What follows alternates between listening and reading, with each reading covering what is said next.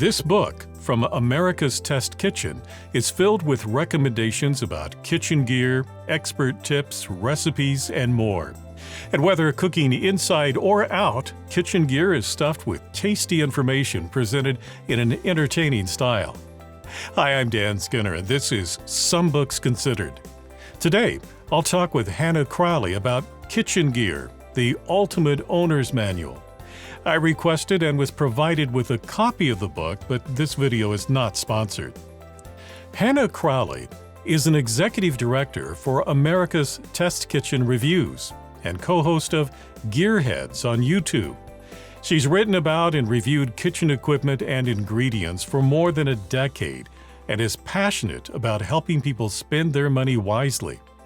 She joins us to talk about kitchen gear, the ultimate owner's manual, which she co-authored with Lisa McManus. Hanna, welcome to the program. Thank you for having me. Well, there's so much in this book. It's jam-packed with information. There's no way we're going to be able to talk about it all. Give us a brief overview of what readers are going to find here.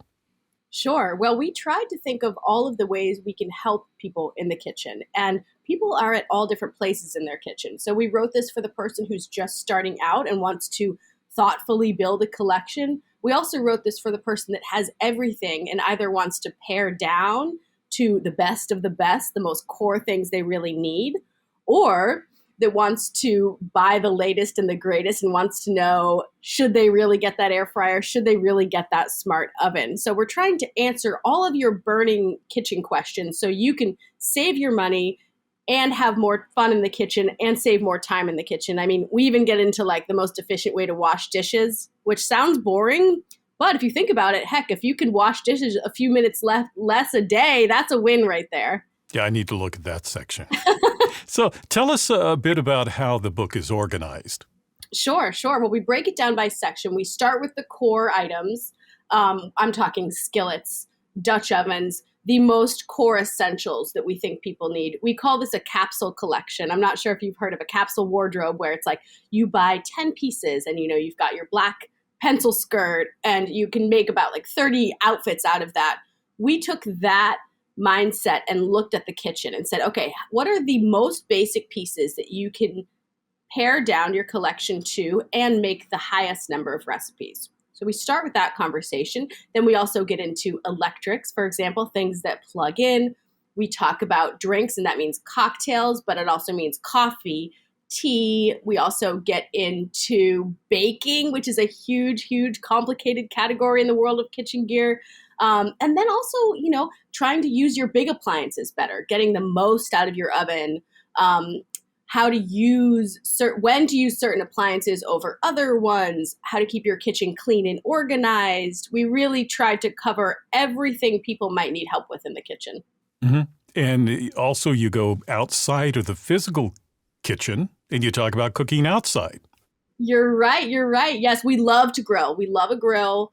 We also love live fire cooking, which we get into a little bit too. We talk about outdoor pizza ovens.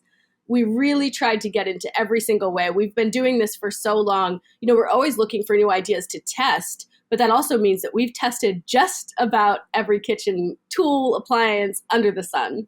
Well, let's talk about that testing. How do you go about that process? Sure. So we have a staff of editors here, and they have all different backgrounds, but mostly journalism. So we consider ourselves really journalists. And we start with a bunch of research. So if we're going to be writing about Dutch ovens, we look back in our archives to everything we've ever said about them, how we use them, and we write testing protocols that we send out to the rest of the team for feedback and maybe to our science editor too if we think there's going to be a heavy science test involved. And for a Dutch oven, for example, you use it on the stovetop, you use it in the oven, you can use it on your grill, you can use it over a live fire. So we wanted to devise testing protocols that touch on each of the common uses. So we're making sure we're evaluating it all of the ways someone might be using it. We also look at durability. For example, I don't know if you've ever seen the top of a Dutch oven get cracked because people like me whack a spoon to clear off the mess on the spoon. So we would whack each Dutch oven 50 times with a metal spoon to simulate that kind of abuse over, maybe that would happen over 4 months, but we're trying to speed it up to get our answers. And then we also do user testing, which is something we look at things for lefties and righties. Sometimes that's a difference. Sometimes there's height things, like I'm only 5'2", and we had this coffee machine where it had this really swanky digital control panel, but at the angle I was at down lower, you couldn't read any of the numbers. So we try to make sure to look at things for different heights and all the different ways people come in. Like, for example, Adam Reed, he's on our test kitchen, our show, America's Test Kitchen. He's a wonderful guy, but he's a bigger dude, and he tested grill spatulas for us, and he came in with this winner, and he loved it.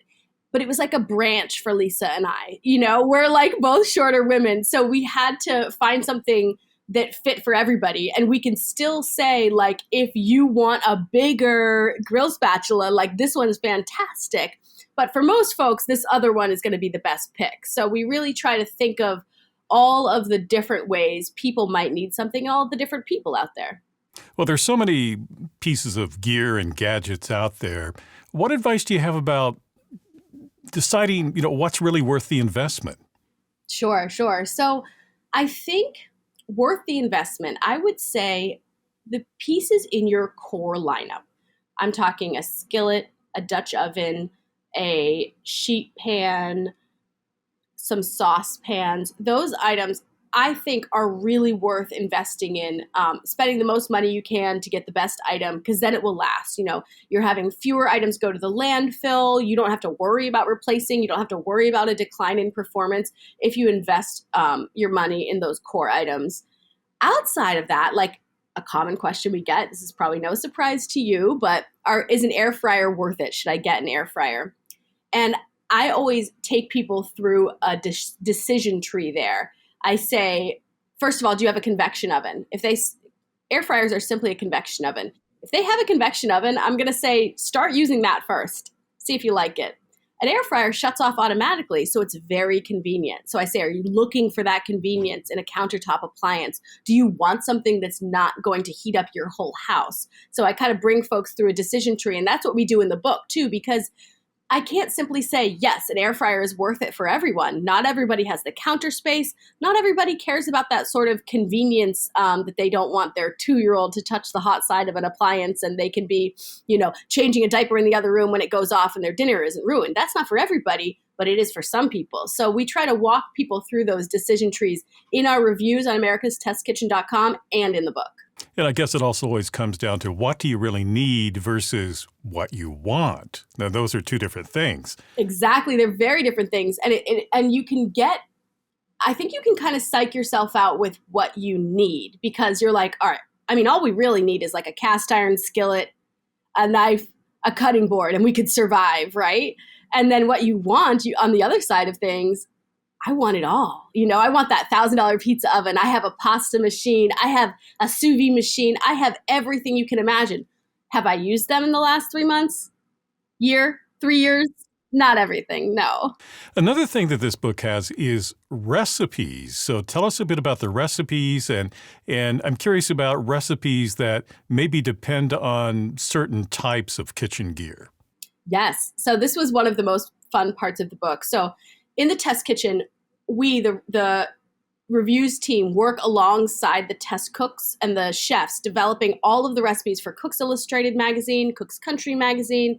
All this eventually goes on TV, on PBS, on our shows there. So over our decades there, we have gotten to see all of these recipes developed and gotten to taste them while they're in development. So when it came to pick recipes for the book, Lisa and I were able to pick some of the favorites we've seen over the years. And one I would highlight, this is, in my 13 years at ATK, the recipe I make the most is our thin crust pizza recipe. It is so easy, as long as you can make it the day before to allow the flavors to develop, and you can leave it for up to 5 days. So it's super flexible. People rave about this. People think I'm the best pizza maker. I say I'm not. Honestly, it's just this recipe. And you make it in a food processor, which is really interesting. You make 2 balls of dough at once, and it comes together, basically 2 steps, and the food processor does the rest of the work. And it's just dump it in, let it cold ferment overnight in the refrigerator. So this recipe really lets the food processor shine, because food processors, you think of like a pesto, a hummus, food prep, grating, cheese grating, and all that. They're fantastic for that, but they really shine at doughs. Pie dough, too, is another intimidating. I get intimidated by pie dough, but the food processor helps it all come together, cuts all the butter in really efficiently so you don't have to worry about overworking things. So we chose the thin crust pizza recipe to really show how much you can do in a food processor and how they really shine with doughs. One thing I wanted to point out for people who may be thinking, well, this book is just jam-packed with information. It's not a dry read. There's a lot of humor in here, and I appreciate a lot of the play on words and puns that you've included in the book. Thank you for saying that. I'm so glad you noticed. We are a little worried. I said it has the word manual in it. And as someone whose job it has been to professionally read manuals, talk about a snooze fest, So we really wanted this to be straight talking advice that my friend who's calling me from the TJ Maxx aisle, what I'm going to say to them to advise them. And you will see, we reference, we work a lot with MIT. We're journalists, right? We pull in experts, but we also reference my personal favorite reality show, Below Deck. We also reference Khloe Kardashian is known for her immaculate pantry organization. So in that section, we reference that. We're trying to have fun and bring you all the science you need. It's always a balance. What advice do you have for the foodies in our life? If you're looking to give them a gift that will enhance their kitchen, what are some things we might be looking at? Well, first of all, I would say Kitchen Gear, the book, because how could you not? I know they don't have it because it just came out and it will help them with everything. But beyond that, my favorite gifts to give on the holidays, I have a couple little things that I always do. And so on the stocking stuffer side of things, $15 and under, I am so into 1/8 of a sheet pan and 1/4 of a sheet pan. So they're we have the classic half sheet pan that, takes up most of one of the racks in your oven. The full sheet pan is what professional bakers use. So at home we use the half, but the smaller sizes, 1/4 and 1/8, these are the most used pans in my kitchen. I counted the number of the 1/8 sheet pans I have the other day. I have 8 and I use them constantly. And they're so cute and they're so shiny and you can shove them right, at the top of a stocking if you want. They're only about $8 to $10. So they're a great gift for if you have a white elephant or a work event. They're such a fun, practical little gift that you will hear from people in 2 months and they'll say, that pan, I use that every single day. This book, again, is filled with lots of information. So what advice do you have about sort of looking at this book? Would you just kind of open the book and just see what's there? I think sometimes that's fascinating to do. And other times, if you have a specific topic, you can find it by, looking at the index, et cetera. Totally. So I think, our dream is that this lives in your kitchen. It's dog-eared, it's splattered, you're referencing it, you're looking stuff up all the time. But we also really wanted to make sure, like you said, that it's not a dry read. And I used to work in the features department of a newspaper, and one of my favorite editors called it chunkalicious writing, which means there's a bunch of fun chunks that you can open up. I love to read a book while I'm eating my breakfast. So I envision people, I would love if people had their breakfast with us and they're sort of bopping around. This isn't something you need to read cover to cover. This is something you can bop in where it interests you and then keep it as a reference when you need help with something. We want to be there for you. The book is Kitchen Gear, The Ultimate Owner's Manual by Lisa McManus and Hanna Crowley. Hanna, thank you for talking with me today. Thank you so much for having me. Now, if you'd like to purchase Kitchen Gear, The Ultimate Owner's Manual, I've placed a link for you in the description below. And if you'd like to see more videos about books and their authors on a wide variety of topics, be sure to like, subscribe, and click on the bell to be notified about future programs. I'm Dan Skinner. Thank you for watching this edition of Some Books Considered.